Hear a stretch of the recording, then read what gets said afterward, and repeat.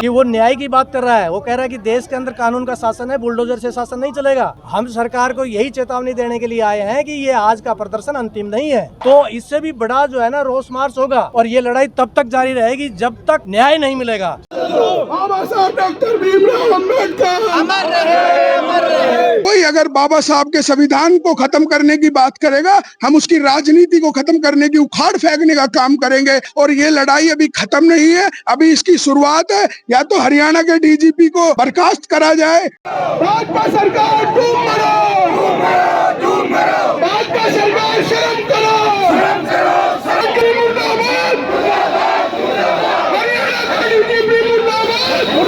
Y पूरन कुमार है, उसके अंदर एक उच्च स्तरीय जांच होनी चाहिए। मेरा तो ये मानना है कि उसके अंदर कम से कम सीबीआई की जांच।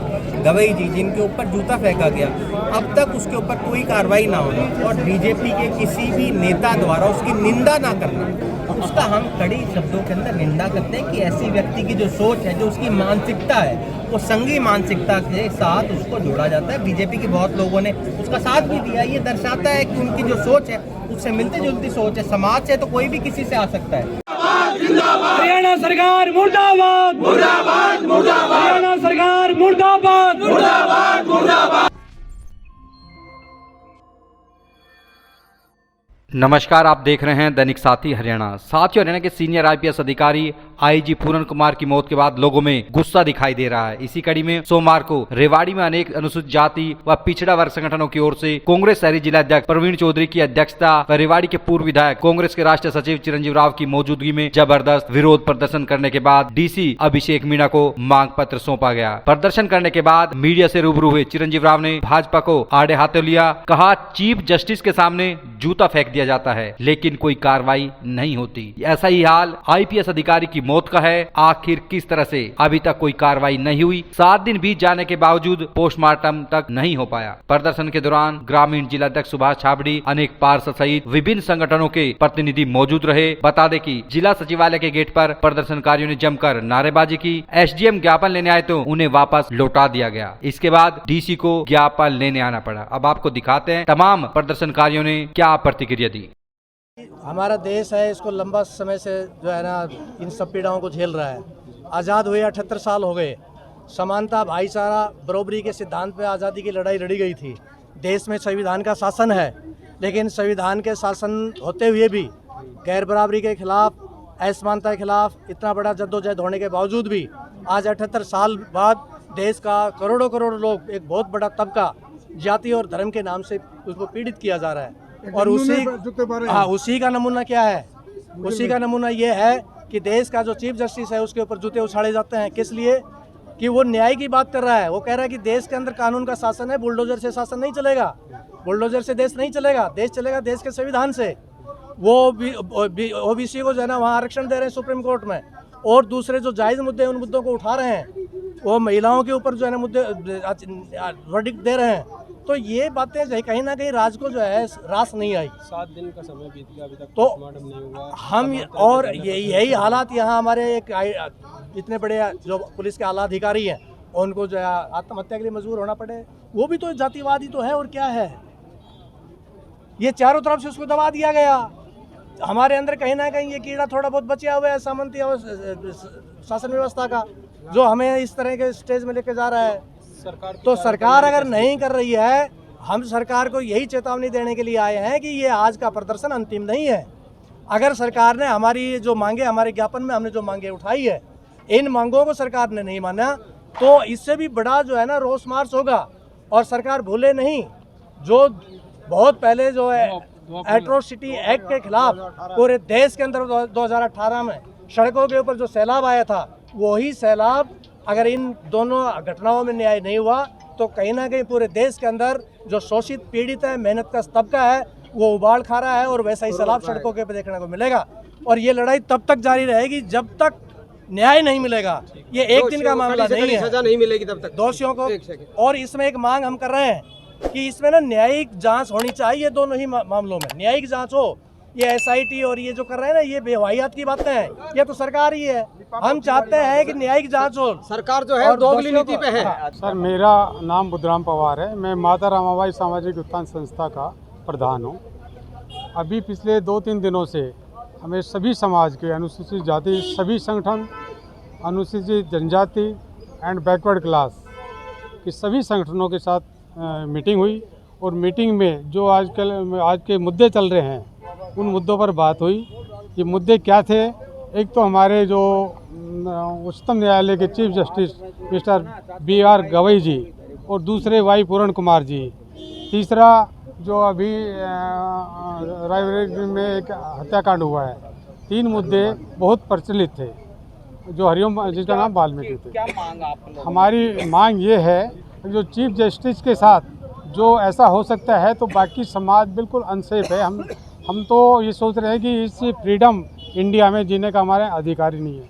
दूसरा जो वाई पूरण कुमार जी है, IPS है, जिनके मिसेज IAS ऑफिसर है, जिनकी बैकग्राउंड बहुत अच्छी है, उनको जातिगत भेदभाव के कारण मजबूर इतना कर दिया कि उन्होंने आत्महत्या कर दी और उसके बाद भी आज 7 दिन हो गए। तो अभी क्या कहना चाह रहे हैं? हम चाहते हैं कि उनकी एक उच्च स्तरीय जांच हो जिसमें सुप्रीम कोर्ट के सीटिंग जज शामिल हो और उनको जो न्याय है वो पूर्णतः न्याय तब मिलेगा तब जो पुलिस के अधिकारी जिन्होंने जाति की है उनको तुरंत प्रभाव से सस्पेंड किया जाए। और जिस तरीके से ये सरकार, इस देश की सरकार और भाजपा सरकार दलितों के ऊपर अत्याचार कर रही है, और हमने पहले भी कहा था, मैं फिर आज कह रहा हूं, कोई अगर बाबा साहब के संविधान को खत्म करने की बात करेगा, हम उसकी राजनीति को खत्म करने की उखाड़ फेंकने का काम करेंगे।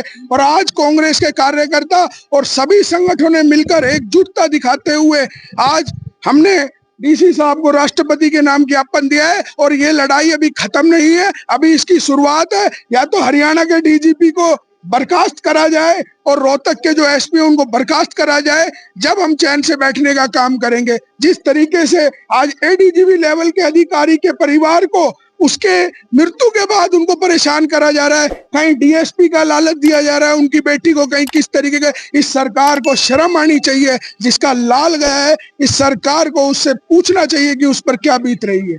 आज देश भर के अंदर कांग्रेस पार्टी तो लगातार धरना प्रदर्शन कर रही है और मांग कर रही है। आज सभी सामाजिक संस्थान जो हैं उन्होंने भी आज यहाँ धरना प्रदर्शन किया था, DC साहब को ज्ञापन सौंपा था और उसमें हमने कांग्रेस पार्टी ने उनका पूरा समर्थन किया। हमारे जितने भी पदाधिकारी थे, चाहे हमारे जिला के ग्रामीण अध्यक्ष सुभाष रावड़े जी, हमारे जिले के शहरी अध्यक्ष प्रवीण जी, वीर सिंह जी, हमारे रमेश ठेकेदार जी, हमारी यहाँ धमीजा जी जो महिला के अध्यक्ष है, युवा के अध्यक्ष हैं, और भी जितने भी सामाजिक संगठन हैं, उन्होंने आज DC साहब को ज्ञापन सौंपा है। आप जानते हैं पिछले कुछ दिनों के अंदर कुछ ऐसी घटनाएं हुई हैं जो पूरे देश को शर्मसार करने वाली है। जिस प्रकार से रायबरेली के अंदर निर्मम हत्या करी गई एक दलित व्यक्ति की, और उसके बाद देश के मुख्य न्यायाधीश जो हैं उनके ऊपर जूता फेंकने का काम एक व्यक्ति के द्वारा किया गया, उसके ऊपर कोई कार्रवाई ना करना, ये दर्शाता है कि क्या मानसिकता इस सरकार की है। और ताज़ा उदाहरण अभी हम लोगों ने देखा कि जो ADGP लेवल का अधिकारी है उसने अपने सुसाइड नोट के अंदर लिखा है कि कैसे उसको मजबूर होना पड़ा आत्महत्या करने के लिए।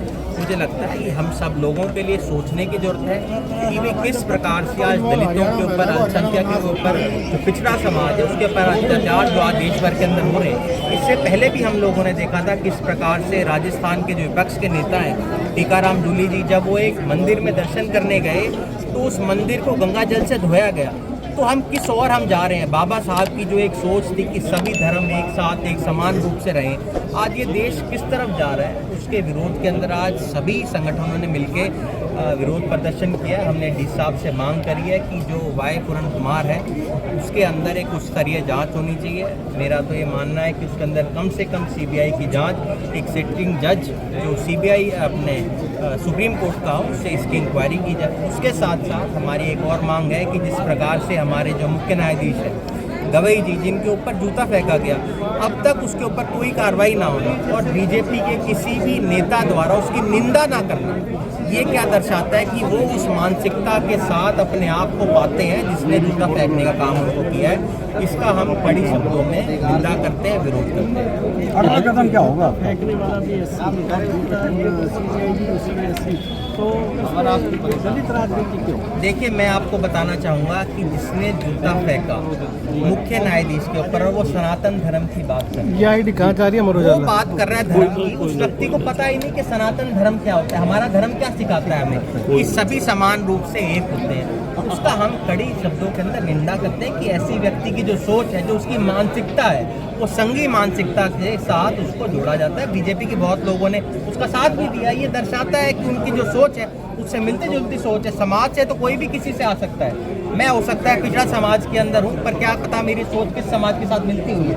उस व्यक्ति की जो सोच है वो संघ के साथ देखी जा रही है। आगे क्या रणनीति रहेगी इसको लेकर के? देखिए, आज हम लोगों ने इनको अपना ज्ञापन दिया है। आने वाले समय के अंदर जो भी दिशा निर्देश सभी संगठनों का होगा। पिछले दिनों के अंदर हमारे जो मोर्चा के जो अध्यक्ष रमेश जी, उन्होंने भी ज्ञापन सौंपा था। आने वाले समय के अंदर इसको और तेजी हम लोग लेके आने का काम करेंगे। भाजपा सरकार ने 1 साल जो पूरा कर रही है, तो उसको लेकर के विधायक ने अपना रिपोर्ट कार्ड पेश किया है, किस तरह से देखते हैं? देखिए, आप स्वयं समझ सकते हैं कि इस शहर के हालात क्या हैं, उससे छुपे नहीं है। पर मुझे नहीं लगता आज मुझे उस बात के ऊपर जाना चाहिए। आज हमें और विधायक जी से जब ये प्रश्न पूछा गया, उस पर तो मैं ज़रूर आऊँगा।